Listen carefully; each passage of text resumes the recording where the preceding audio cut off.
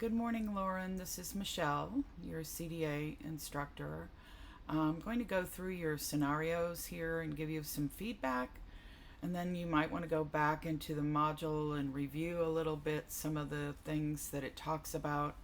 I know that the directions in the assignment state that you should give a scenario and what your response was, but the assignment is actually looking for you to respond according to some of the principles that you learned in the module. And I think that's a little confusing for a lot of people when they read the assignment directions. So I just wanted to acknowledge that and then give you some feedback about what you could do with some of these scenarios. So you have your first one about the grandmother. That's really good. That's a very solid way to talk to the child about how they're feeling.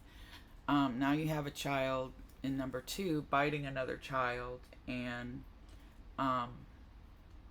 so telling a child it's not nice to bite their friends and have them apologize is really not appropriate for early childhood. Young children don't really understand apologies and often do not feel they are sorry. They may feel sad that somebody is crying or something like that, but the idea of this module is to help you understand that punishing children by trying to make them feel bad about what they've done is the opposite of what we want to be doing.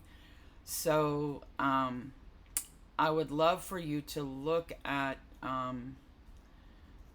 maybe thinking about leaving that out. So take that out. And I like your idea about giving the child something to chew on. And just as an aside, chewies don't always do the trick.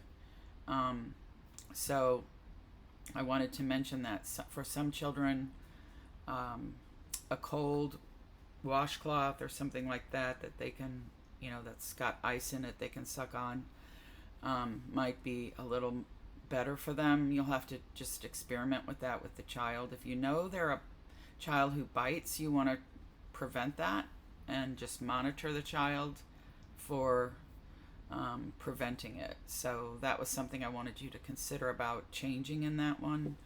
I like here that you say in this one about being, it's okay that you're angry, but I want you to be safe.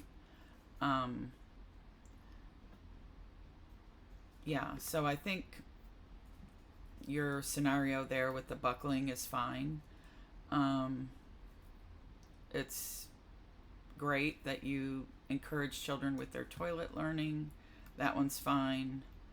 And the singing is great.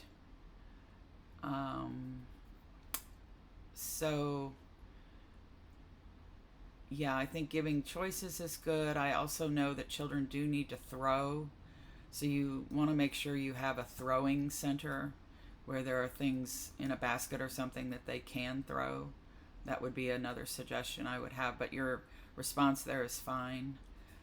This one's really good with the ice pack and acknowledging that it was scary. And I like that you're telling the child that you're going to save the breakfast for them, because that's absolutely the right thing to do. And offering some milk while you wait is good. When you're saying you have to be patient and wait like everyone else, that sounds very close to shaming. So you want to be careful with that. I would leave that out actually and just say, I know you're really hungry and it's hard to wait. Instead of saying you have to be patient, you can acknowledge how hard it is to wait and then offer some milk while you wait or something like that. I would take out some of those judgments there. Two children fighting and hitting, that sounds about right. Yeah, so, working out how to share one toy is a problem in rooms, and it's really more a problem of there not being enough resources in the room. So this is fine what you've done here, but I would also think about some prevention there. If you know that there's an item that's really popular, figure out a system so that every child knows they will get a chance with it. And that might be another way to look at that scenario. All right, so all in all, most of your answers were really, really good. Just a few little tweaks to make there.